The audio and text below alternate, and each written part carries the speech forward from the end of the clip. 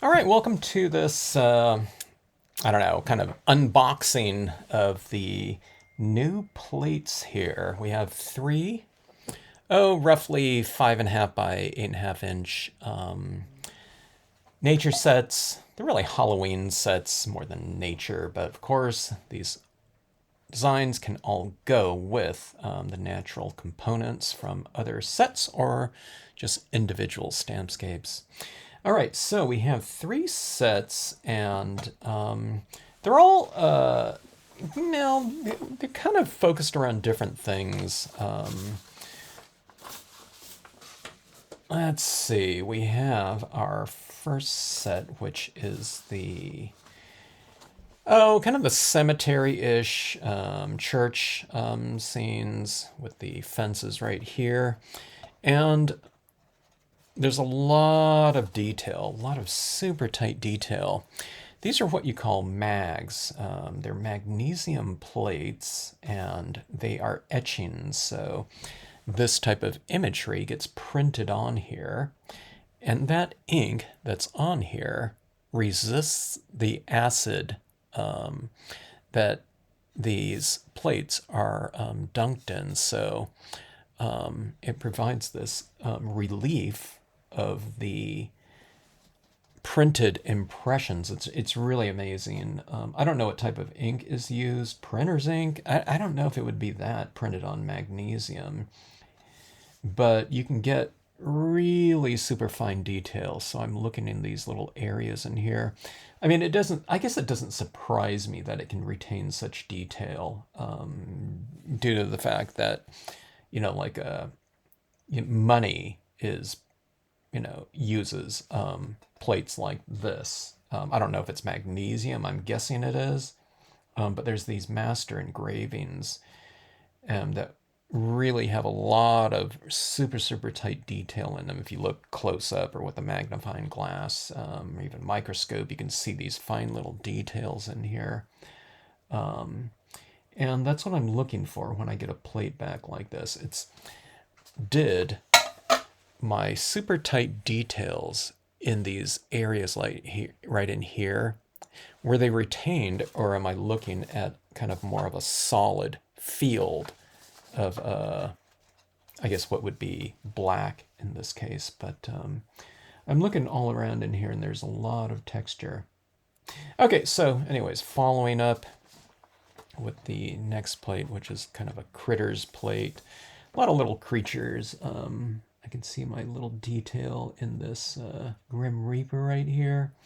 Now, when I talk about detail, there's fine little textures in here in these images, okay? This plate has to get pressed into a board called a matrix board or a mold. And this gets heated up and the matrix board gets pressed into there. And then that comes out of there and that provides a negative. This is a positive, a relief, it's raised. So you push this into a plate and it's recessed. And that mold is what the rubber gets pressed into and it gets taken out of there. And then you get this raised rubber version of something that looks like this, okay? So we're talking about some really tight detail in here, but there's one generation away from that in the mold, and then two generations of it with the rubber getting pressed into it, and yet another generation when you actually take that rubber stamp and you print it on whatever paper you're doing. So there's quite a few generations away. So this is just kind of the first generation. I guess it'd be the second generation because it's printed on here. Then you get this acid bath on there. So there's quite a few generations away from, the original. These aren't the original. These are just printouts. But that's what you kind of look for to see if your engraver did the job that you hope they would. And I don't know. I've always had really good luck. So I'm looking at this right in here, speaking of details, and I'm looking right around in here. I'm looking in these more solid areas, and there's a couple little specks down there where I have kind of this little bit of white texturing within that solid field. And that's usually better for printing imagery, to have some open spaces in there. When you have it all silhouette, sometimes your ink can kind of buckle and it does this thing called fisheye, and it's pressing down, and then you lift it up, and it's like some of the ink comes off like a vacuum. So having this kind of broken up in here, it gives it more texture, but it also helps out with the actual printing process and movement. All right, so looking at that, now I don't have the matrix boards because I don't press my own rubber, and so my rubber guy keeps those so that, you know, when I order sheets, he can print it out with those molds like that. So anyways, these are always really cool to see, though. They're really heavy because they are, you know, metal. And what you do is when you order these, you designate the certain height that you want these reliefs to be. So the higher, the better to an extent. If they go too high, then pressing it into a mold, you know, becomes a little bit harder to do. And some of the details can break apart if you're going too raised. But the more raised it is, the less kind of close trimming you have to do to not get, you know, the rubber on the outside of these images to print, so a little bit higher up. But you don't want to lose detail either, so they've found kind of an ideal, kind of, I guess it's thickness, height of your magnesium and the acid bath etching that you would give to it, you know, to give it these raised impressions like that. So, all right. The imagery that I'm going to be testing out is the cling foam pre-trimmed versions right here. These sets also come in untrimmed sets, rubber sheets that you can trim out yourself, or some people mount it on cling as well. All right, so I'm not going to stamp out every single one of these images here because there's a huge number of stamps in this release. And let's see, I'm looking for, see what, this is a little bit higher here. Let me see what acrylic blocks I'm going to have to, there's so many different sizes here too, so let's see. Yeah, let's do this castle one first. This castle is has a lot of detail. Now, when you're first stamping these, your stamps out too, sometimes it's good to kind of wipe them off a little bit, because there's this spray that they use to in the mold so that when the rubber gets pressed into it, it doesn't stick, so it comes out nice and clean. So sometimes, you know, I'm not going to do it here, but sometimes it's good to kind of rough up the image, or you might take a paper towel or something like that with a little water or something like that just to rub it off. But I'm just going to try to stamp this directly. But again, it stamps out better. Your stamps stamp out better after like the, you know, I don't know, maybe the third, fourth, fifth impression. You know, they should stamp better and better over time. But let's see if it just stamps out just for me instantly here. Okay. This is just some dye-based ink on glossy cardstock, and we get a really fantastic impression right there. So it's like this kind of spooky kind of I don't know, ruin of a, I don't know if it's not like a castle, it's like a house with this tower kind of area next to it. I don't know, it could be I don't know if it looks like a church, it could be an older church or something like that. Let's try some tombstones.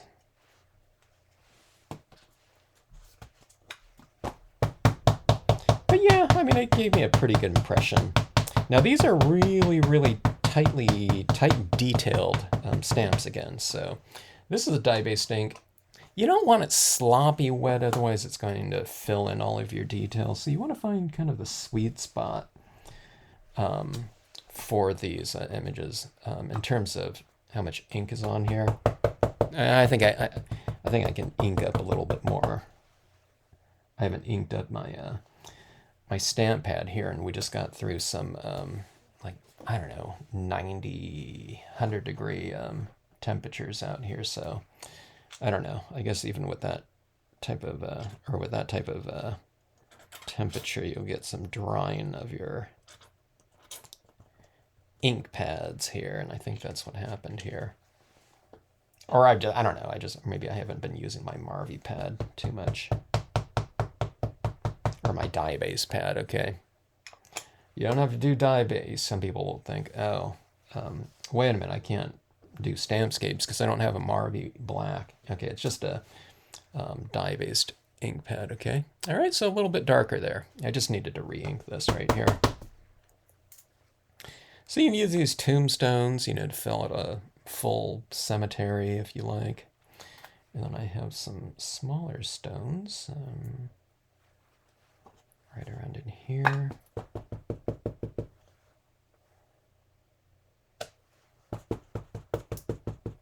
I'm looking for my details in here. And there we go. See that second impression right there, how much cleaner it is?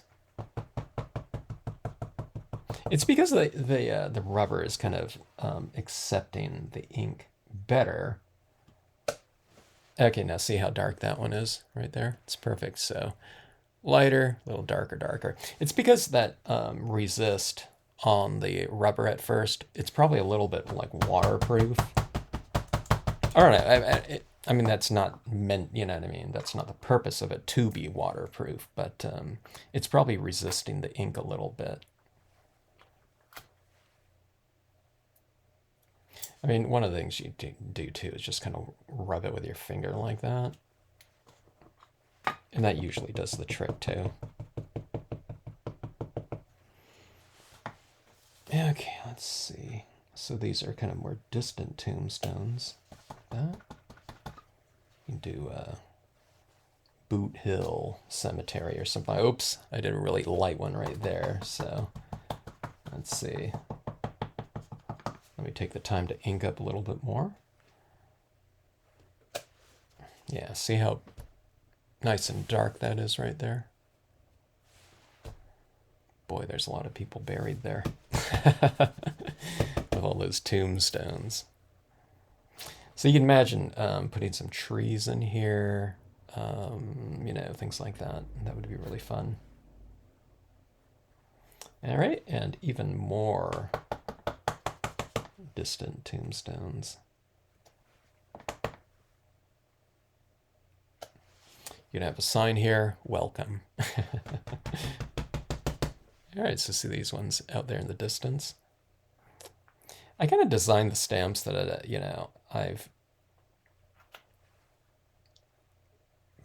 I don't know, that I've kind of wished I've had in the past. I mean, like this hand coming out of the ground, I didn't think, I've always wanted that stamp here, but I've always wanted to be able to stamp kind of some cool Halloween scenarios like that. There's that hand coming out like that. I kind of wanted to come out with a bigger tombstone too, but it would have filled up so much room on the plate that I wouldn't have had room for whatever diversity of imagery here. So I didn't go with the really big one. I went kind of more, the quarter page size, card format. Okay, this is cross wouldn't be like this huge here. Well, I guess it could be, but that would be more down here in the foreground probably. So there's that big one like that. And, we're not going to have like two churches in a given scenario, but we're just testing for detail. Okay, here. Or maybe one of them's the old church, and one of them is the new one. New one being, it's only 80 years old.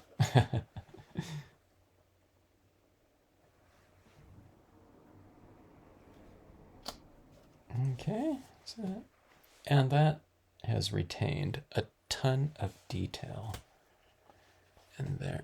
Oh, I wish I can't really zoom in too close, but there's a lot of detail right in there in those darker areas. Okay. All right.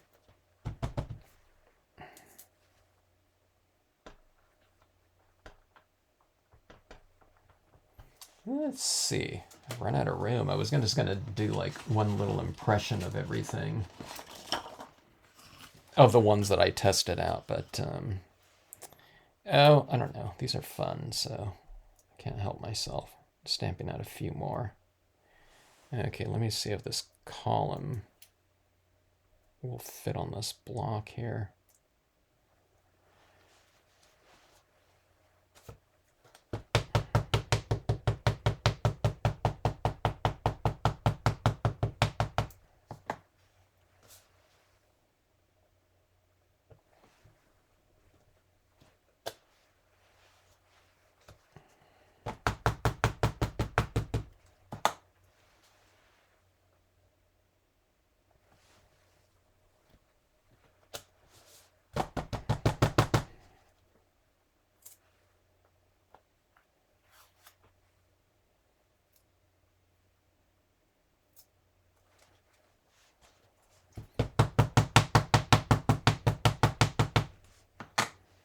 Columns and fencing. Okay, let's see.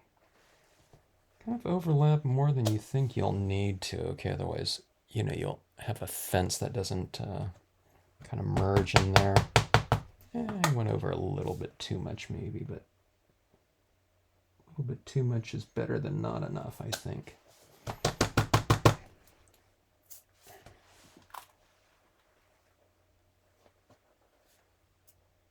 Okay, this block is not quite big enough for the stamp, so tall enough, long enough, whatever. But we'll do our best here. I just don't want to take the time to get another block here.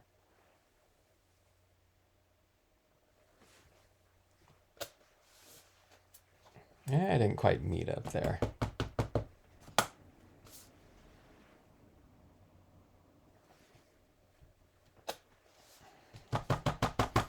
Alright, I'm being a little bit conservative. I kind of didn't match up right there really super well.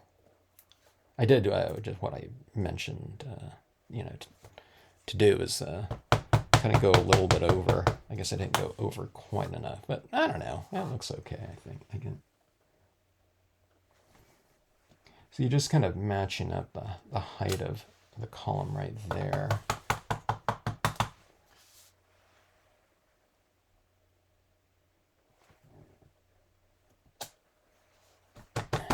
Okay. I think you get the idea, but I want to see what this looks like here. This fencing like this.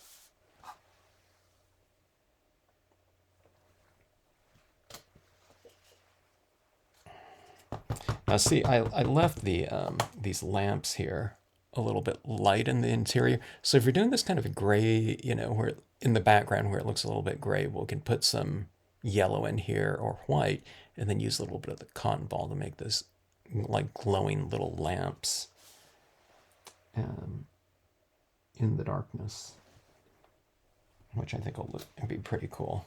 All right, see, I'm not bringing this over here. I'm good about overlapping with my fence over the top of that, but see, we got that little gap there, so close in a little bit more, I guess. All right, so anyway, that's, let's see. I would put more of a, now here, let's skip the, this larger church right here. For in here, this doesn't look like a church fence to me. It could be, but I want to use some of this right here.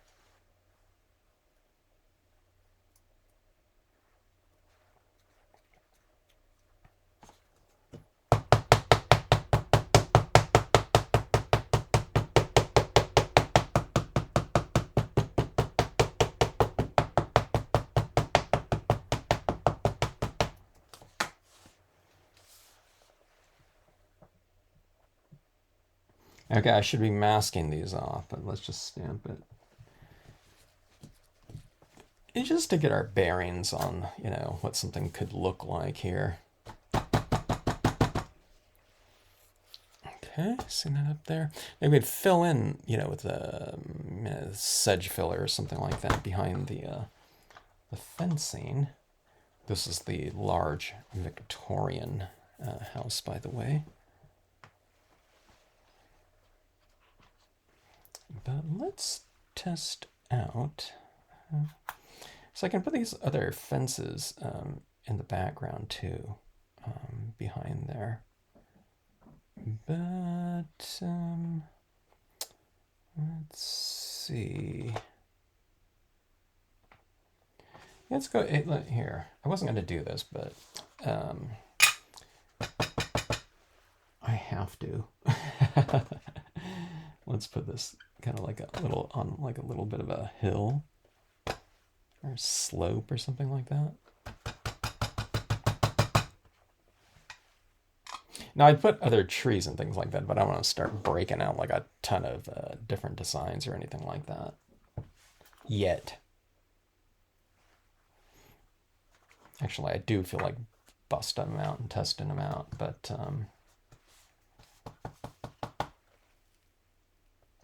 maybe not in this video. Okay.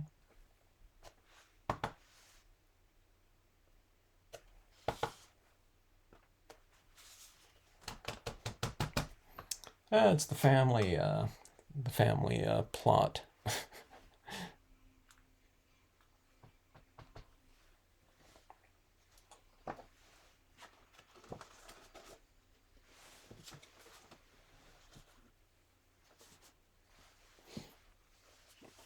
Let me see something here. Let me test this out right here. See, this is just the sedge filler stamp right here.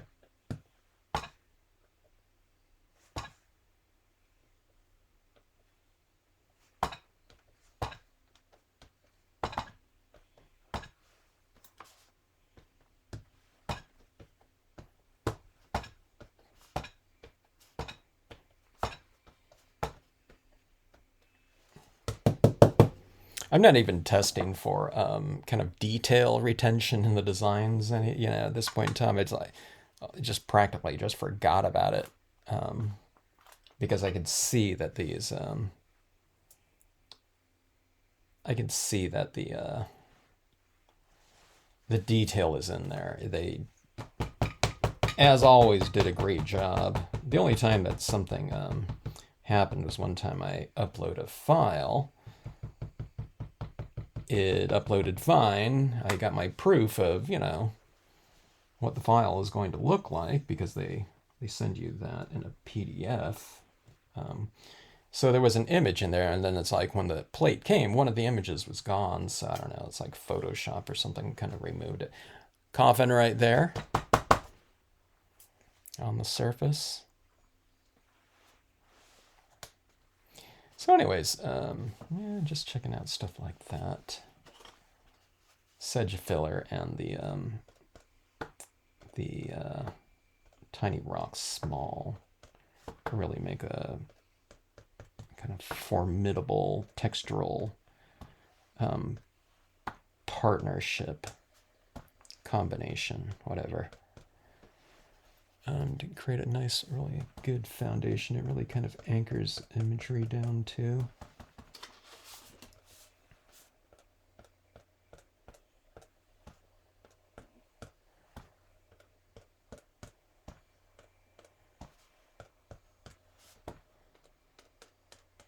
I mean, this would look really good with,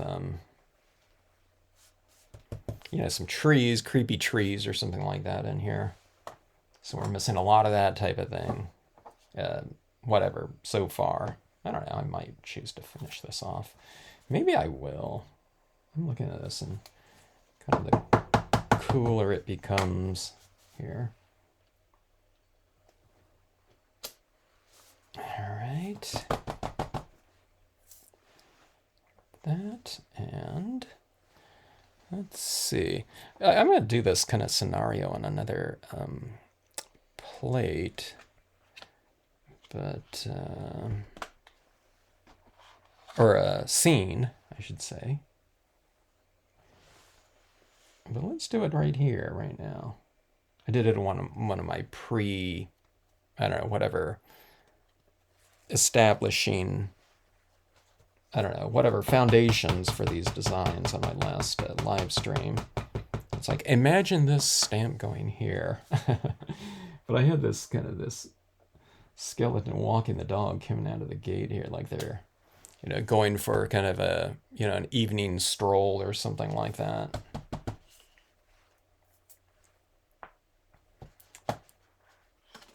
Skeleton and dog. Okay, now see, right down here, I mean, this is like a sidewalk type of thing, but we don't want it to be, I guess we could, but we wouldn't want it to be like a nicely manicured, sidewalk. We want it kind of weathered and kind of spookier looking, so you just kind of utilize your rocks, your grass texture in there. All right, so I don't know, like this leafless tree up here, or some spooky branches kind of coming in there. There's some spookier looking trees that you can use too. That would be cool within there. Yeah, okay, I mean, I already kind of grabbed this one, so let's just do that one in here.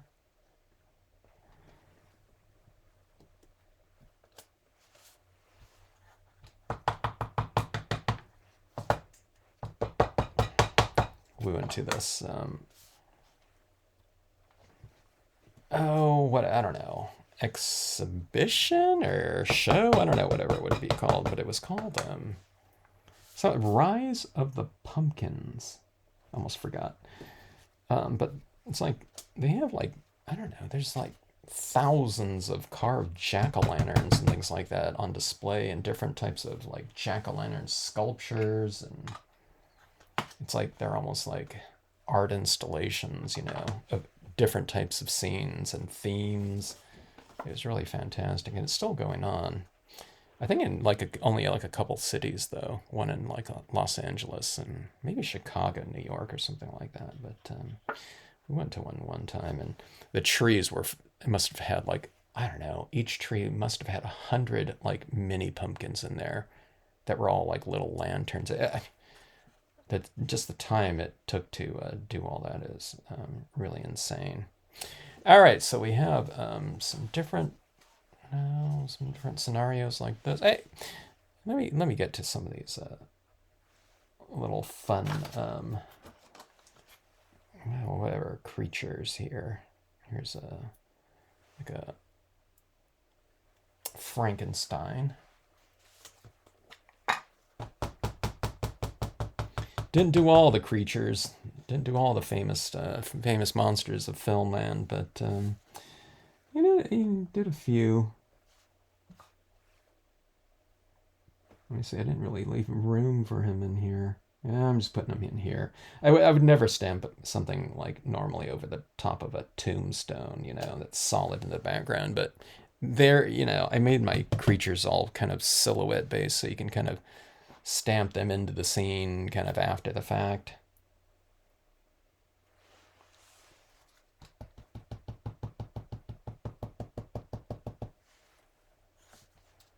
Okay, this one's resisting a little bit.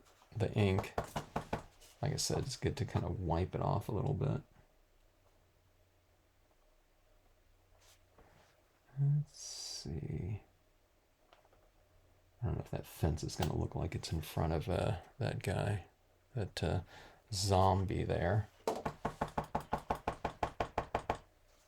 I need some more paper. Anyways, this is just some scratch paper here. So you can see the zombie like that guy right there. You always tell from by their posture.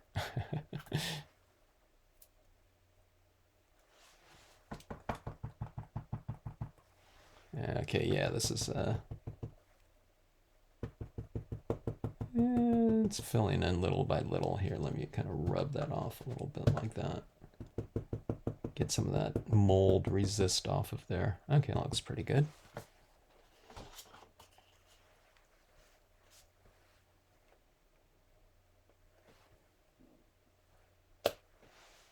All right, so those little creatures are, kind of standing out against kind of these solid kind of figures in the background, so not too bad. They would be like right here in the foreground, though. They wouldn't be like right up here because they'd be taller than the, the structures. But I don't know. When I do these types of Halloween scenarios, we call them kind of like a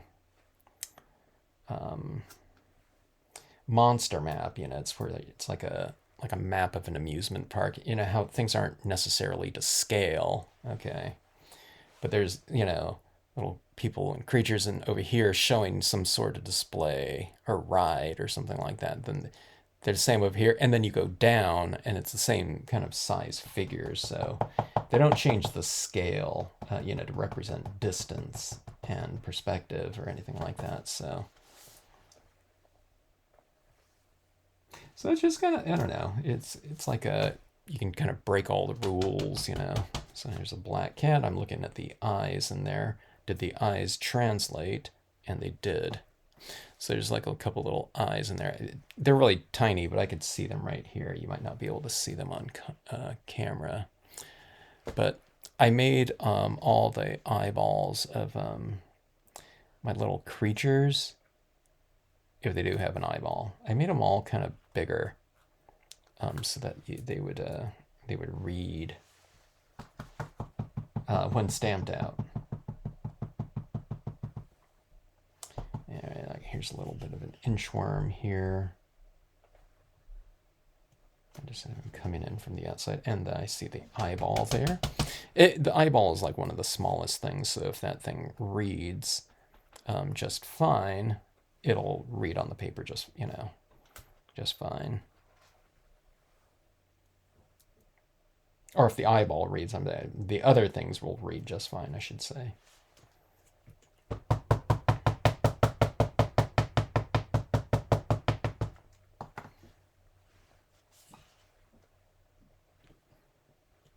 Imagine a full moon or something like that right there. So we got our bats like that. I just wanted to see how it would stamp out.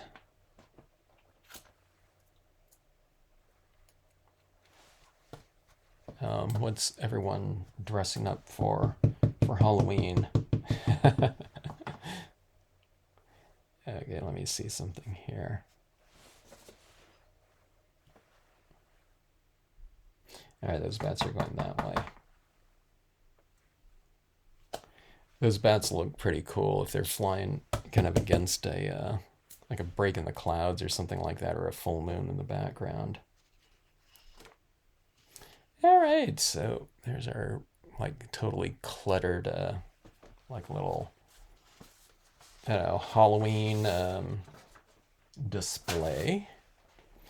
Let me take a look at some of these other pieces here. Oh, let's see. Let's go with like a little pumpkin patch or something like that.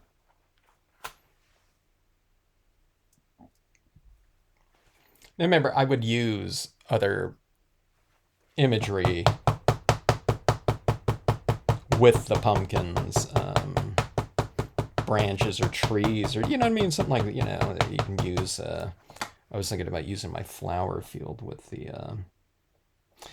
I was just about to use my dye-based inks on this paper. I want to use the my hybrid ink on that one. So let's see here. Well, let me see. I stamped this a long time ago. Let's see. Let's put a couple pumpkins here in the foreground. That. It's like there's pumpkins, kind of a Legends Sleepy Hollow type of thing with the covered bridge.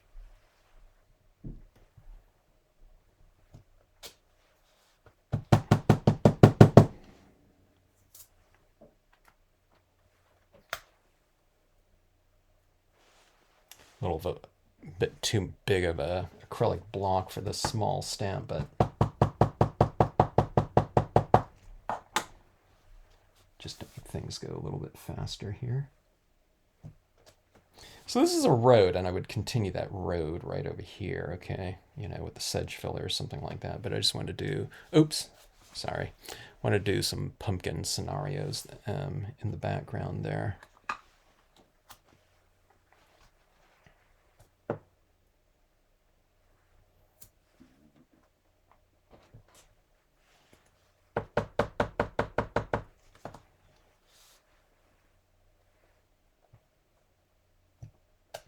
Kind of flanking the roadway with some pumpkins. Maybe they have a, I don't know, like a pumpkin or Halloween parade right here down this road right here, this dirt road in this community.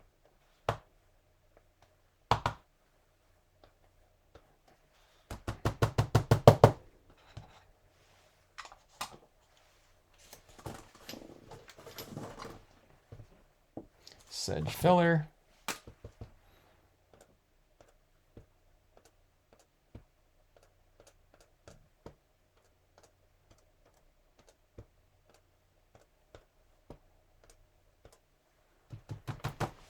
And some additional kind of foliage, grassy, kind of reeds, things like that.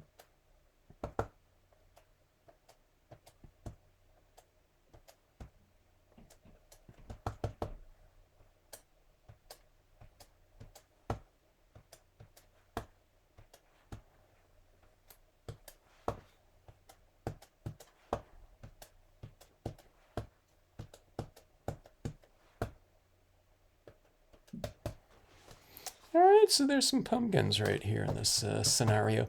I think I'd mask off a little bit, like, so these pumpkins would be like they're sitting in the grass. So you stamp the sedge filler and just take a rip paper towel, mask off a little bit, and then stamp those in there so the grass would be kind of surrounding the base of the pumpkin. It would look like it's sitting in the grass a little bit more, which might look kind of more natural if it's a pumpkin patch, unless it's someone that's just lining the roadway with pumpkins. Then yeah, you know, you can have the base of it with, you know, the full image in there. But okay, let's see. I don't know if I should do a water scene right here, but I think I've seen just about everything that I need to see here in terms of the detailing. I mean, there's no image. I'm not looking at any single image here and thinking,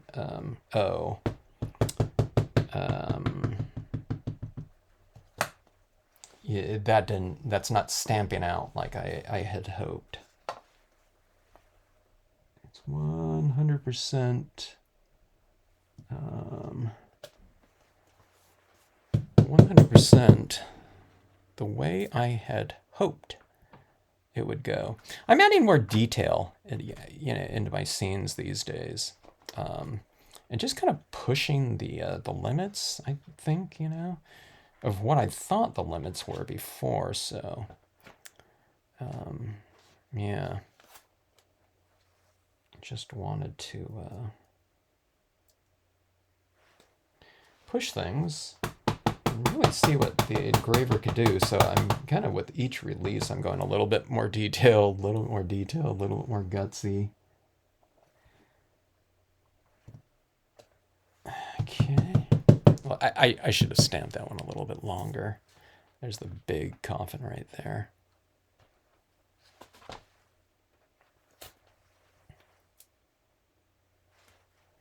And this design is not mine. It's just some kind of copyright-free skeleton, but I used this skeleton kind of like all the time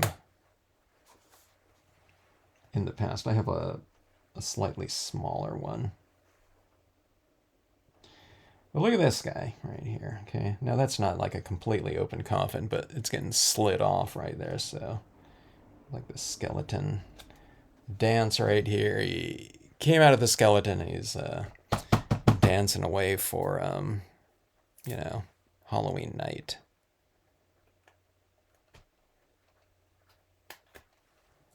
And then I did a smaller version of it facing the other way. So you can use them like a little bit more in the distance, maybe. Like up here.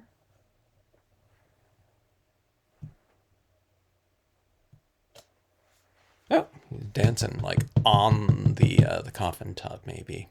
Maybe a little bit behind, I don't know. Whatever you see.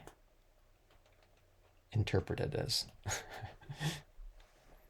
Okay, let's see here. Now this ink's a little bit thicker, this hybrid ink, so let me see. Yeah, I think it's fine. I was wondering if I should just kind of wipe off the edge a little bit, but I don't think I'm going to here. I'm saying wipe off the edges so it doesn't give a like too harsh of a an impression like right around on the edges, but I think it looks okay. Like a Versylvane Clair or a thicker, just all pigment ink, you know, you might want to wipe off the edge a little bit, you know, or the perimeter like that, and then stamp it out just so you don't get these hard, thick edges of the sedge filler. Like I did a little bit right there. All right. I really need to get my spooky spooky branch, the 273 out. I need to get out my spooky sky set, and that would be great. Tailor-made for, you know, such a spooky looking scenario here. I don't know. I mean, these look more whimsical to me. You know, the designs, you know, when I'm designing these designs, I'm not thinking about, oh, I want to get like the scariest thing possible. And it's more like the thing that I'm thinking about in terms of the sensibility. It's kind of more whimsical looking, you know, Dia de los Muertos or something like that. I mean, not in that style, but just, you know, it's more kind of like a, you know, like a festive, whimsical type of night, you know, for these skeletons to come out and dance, and you know what I mean? They're doing it, and you know, they're doing it out in the boondocks or something like that. They're not out kind of like going around scaring people. Although you could. All right, so anyways, I'd put like a full moon up here, you know, some trees in the background, something like that. Like this is like in like a forested area, something like that. But I think I have seen just about everything that I need to see. I can't wait to, you know, use all of these. I'm looking at these stamps right here. This one's one in a boat, but I don't want to go and, you know, break out a bunch of my water stamps right now. I can't wait to use these shark fins right here, kind of like swimming around, you know, some boating person, you know, or something like that, or having like just some shark fins and like a small dinky, you know, 6-foot pond or something like that. I think that would be really fun. I want to get these snails crawling on, you know, these branches. I need to see where I put my my Halloween whatever foundation compositions that I did in the last live stream, and we'll get those ready to go sometime. And we'll stamp it. Oh, here they are right here. But see, like these snails or something like that are going to go right in here, crawling along here. We'll put, you know, some kind of ominous creature in the background, or maybe even some tombstones or something like that in here. But yeah, we'll get these ones ready to go. And yeah, this is the one right here where I was going to stamp out this scenario. See right up there? That house is going to go right up there. And I'm going to have this fencing down here on this vintage paper. And then we'll have that skeleton dog walk right in there. I don't know, it'd look really good with the full moon, I think. All right, so anyway, there's a lot of stamps here. A lot of different scenarios we can do. And I think it will keep us busy for many, many seasons, without really seeing the same composition too many times. There's just too many stamps here, and they can be used, like I said, with the spooky skies set, spooky clouds, spooky moon, spooky moon large. I have the spooky branch coming over, like this craggy kind of claw-looking hand of a branch. And then, I don't know, there's just all kinds of other stamps we can use with these as a foundation. So can't wait to see what they look like. And I don't know, the wheels are churning. So I hope you like the new stamps. And for those of you who have ordered, I'll be getting these out in the next couple days. Now that I see that they have all the detail that I, whatever demand in my stamps and the engraving process and rubber pressing process, and there's no kind of errors in them, like on the engravings or anything like that. There is sometimes they overprint something. I don't know, like a blob of ink gets on there, so it translates into the plate, and we have to have those redone. But it's only happened like once over the last 20 years or something like that. So, but these ones look perfect, and like I said before, they retain the detail to even better than what I had even hoped through the course of like whatever 5 generations away from the original pieces. So yeah, again, don't use like a super abundant